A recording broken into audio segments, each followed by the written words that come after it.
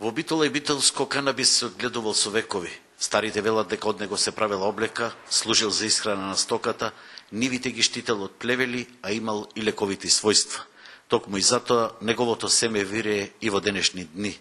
Според добрите познавачи, психотропни субстанции има само женското растение, а за наркобизнис се одгледува во паралелни редови и по опрашувањето машкиот канабис се ништи.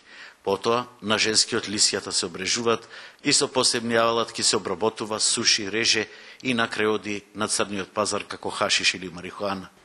По опсењето на фармерот Душко Илевски, неговиот брат Цане и татко му Томе, отворено е прашањето каде се во Битола може да се најде ова растение.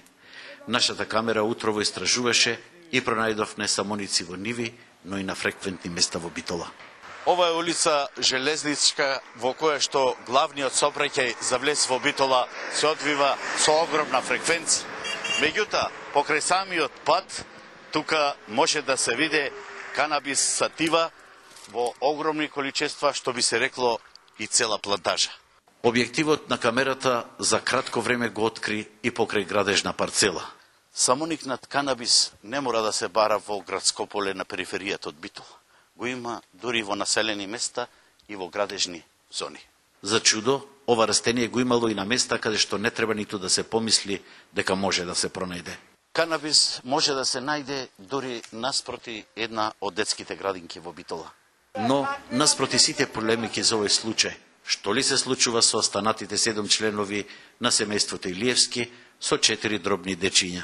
Улица Коста Абрашевиќ, број 39 во населбата Јени Мале на периферијата од Битола.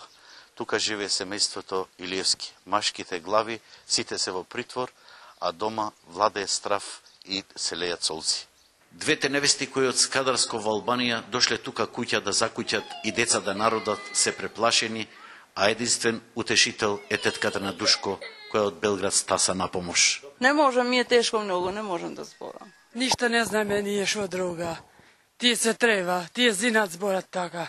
Децата сите се плашат. Дојдов од Белград да им поможам малку во нивите, те многу имат работа, да малку им е малесна нив работата и ситуацијата. Меѓутоа потребна е машка рака да ја покрене механизацијата, за да не се испусти летнината.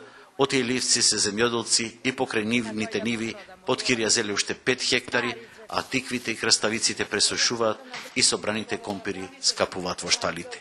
Томе, 30 дена кога го држат притвор, јас си зема децата социјални грижи со се жени таму ќе му однесам. Јас кога не може да додржам, мене треба болница да му однесат. Не може да додржа. Што сака на капрат, што ќе ги рана? Од млекото, не уште 2 крави се со 20 кила млеко. Она му 5 погоника и Стојчев млин, не ми е врвен, оне пиперок. Ова е за пламењача сака прскање. Од ова чакам. Иако со години вредно работат, нивниот бродолом се случи со сведмилк и затоа Душко тргна на протести. Секој ден идеше шведската го земваше. Ајде, овој месец ќе платат, ајде, други месец ќе платат. Ни белешка дава, ниту колку кила. 10 месеци динар не ни дадат, тоа се 30.000 евра. Не палци остана така, не машини.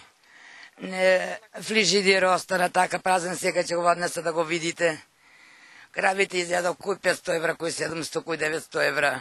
Душко, Цане и Томе од вчера се во истражниот затвор, откако им беше изречена мерка притвор до 30 дена.